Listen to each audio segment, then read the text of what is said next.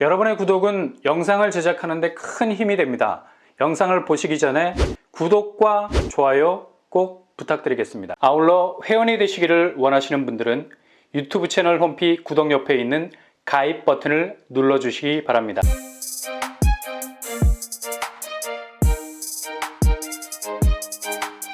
안녕하세요. 오바마라한 복덕방입니다. 10월 넷째 주, 그러니까 내일부터 시작되는 주간에는 정말 분양의 상식을 깨는 한 주간이 될 듯 합니다. 왜냐? 아마도 서울 수도권에서 가장 저렴한 아파트들이 나오기 때문이죠.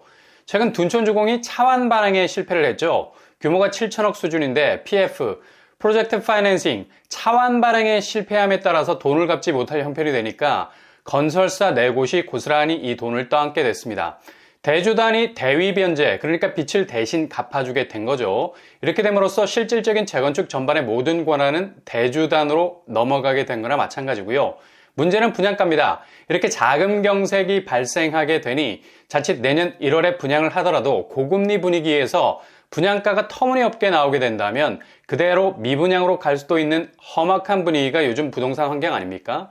아무리 둔촌주공이라도 깃발만 꽂으면 완판될 거라는 자신감은 이미 건설사 내부에서도 뒤숭숭한 분위기로 바뀌게 돼서 최대한의 수익률을 위해서 분양가를 맥시멈으로 뽑아내지 못할 거라는 전망이 서서히 고개를 들고 있습니다. 이렇게 서울 수도권 신축 아파트 분양가가 최근 엄청난 기세로 원가 상승분이라는 손실을 메우기 위해서 치고 올라오는 양상을 보이고 있지만 실제로 자체적으로는 분양가 수위를 조절해야 한다는 자성의 목소리가 자자하죠.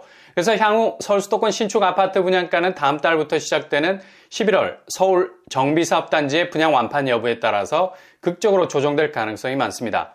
무작정 치고 올라갈 명분을 잃게 된다는 거죠. 새 집으로 진입을 원하시는 분들에게는 집값 하락과 더불어서 새 아파트 분양가가 하향화로 조정을 받게 된다면 자금 면에서 숨통을 틀 수 있는 기회를 잡을 수 있겠고요. 어쨌거나 지금 같은 고금리 상황에선 최대한 분양 단가를 낮추고 들어가야 이후 이자 부담을 대폭 줄일 수 있는 거죠.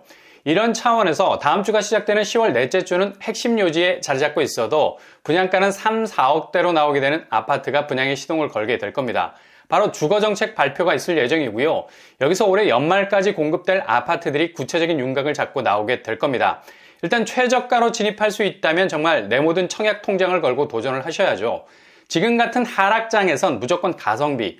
가성비라는 말이 가격만 싸다는 얘기가 아니죠. 입지까지 뚜렷한 메리트를 가진 곳이기 때문에 이후 대세 하락장이 본격 반등 시점으로 전환이 된다면 벼락같이 반환점을 돈 집값 상승에 합류할 수 있는 아파트가 될 것이기 때문입니다. 일단 새 집에 대한 수요는 집을 사기 전후 명암이 분명 엇갈리죠. 무슨 말이냐? 사기 전에는 무조건 분양가가 떨어져야 돼. 이후 내가 입주하고 사는 동안엔 무조건 집값은 올라야 돼. 이렇게 내 집을 두고 벌어지는 시소게임에서 서바이벌, 궁극의 지점까지 살아남는 집이 가장 경쟁력 있는 하우스가 되는 겁니다.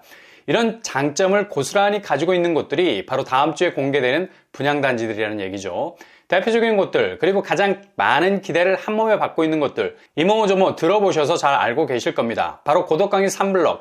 이곳은 당장 공급 발표가 시작되면서 실제적으로 물량이 풀릴 것으로 보여서 사전 청약 형태로 청약시장에 나올 것으로 보입니다.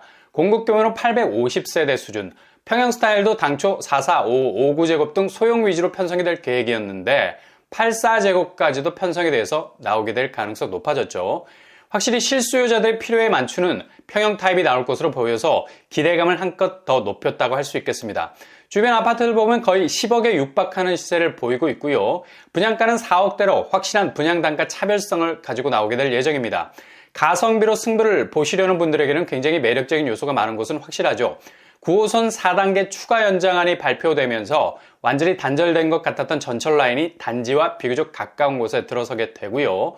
그리고 고양 창릉지구 S3블럭, 고양 창릉은 사전 청약단지 중에 가장 주목을 받는 지역이었죠. 공급 규모는 1438세대, 규모가 상당히 크다는 걸 알 수 있어요.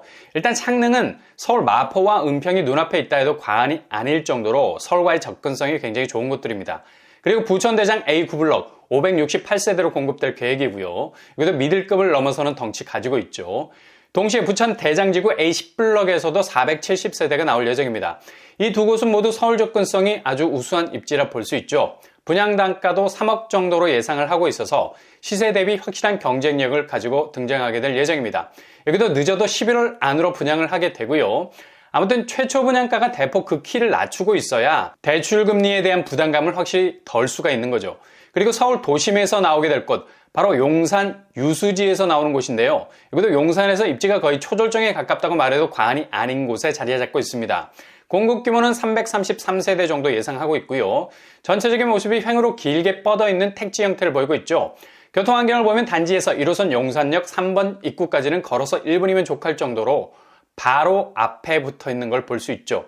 그리고 경의중앙선 용산역 지나가고 있고요. 4호선 신용산역과 6호선 삼각지역도 이용 가능하겠습니다. 1호선, 4호선, 6호선, 경의중앙선 4개의 라인이 몰려있는 곳이라서 입지만큼은 최고가 아닐까 생각해 볼 수 있겠네요. 그리고 동작구에 위치한 수방사부지, 공급 규모는 당초 532가구 정도였는데 24가구가 더 늘어난 556가구로 최종적인 공급 물량을 확정하게 됐고요. 평형 스타일도 5구제곱이 메인이었지만 84제곱이 나올 수 있다는 소식도 들리고 있습니다. 가장 가까운 지하철역, 바로 9호선 노들역이 도보로 5분 정도면 충분히 도착 가능할 정도로 아주 가까운 곳에 자리하고 있죠. 그리고 또 하나 여기 있습니다. 바로 노량진역, 1호선과 9호선이 교체되어 있죠. 거의 역세 환경의 끝판왕이라 불릴 수 있겠고요. 멀티 역세권이라는 교통 환경을 그대로 누릴 수 있는 곳이라 할 수 있겠네요. 그리고 도로망도 워낙에 대동맥과 같은 줄기들이 뻗어 있죠. 올림픽대로가 가깝기 때문에 진입하는 데 소요될 수 있는 시간은 거의 없다고 봐도 무방합니다. 이렇게 10월 넷째 주에는 정말 깜짝 놀랄 만한 입지를 가진 가장 큰 경쟁력을 가진 곳들에서 분양 소식을 알리는 주간이 될 듯합니다. 부동산 분위기가 혼돈스러운 양상으로 가고 있는 듯 하지만 이건 어디까지나 넓은 관점에서 보자면 반복되는 고조의 흐름에서 진행되고 있는 한 포인트 지점에 불과한 겁니다. 그러니 최대한 대출 파이는 줄여나가시되 최소한의 분양가로 가장 강력한 잠재성을 가져올 수 있는 분양단지를 노리신다면 이런 혼란한 부동산 환경 안에서도 가장 유리한 내 집을 선점할 수 있는 기회를 잡을 수 있게 되는 겁니다. 이렇게 다음 주간이 부동산의 본색을 찾을 수 있는 기회의 한 주간이 되실 수 있길 바랍니다.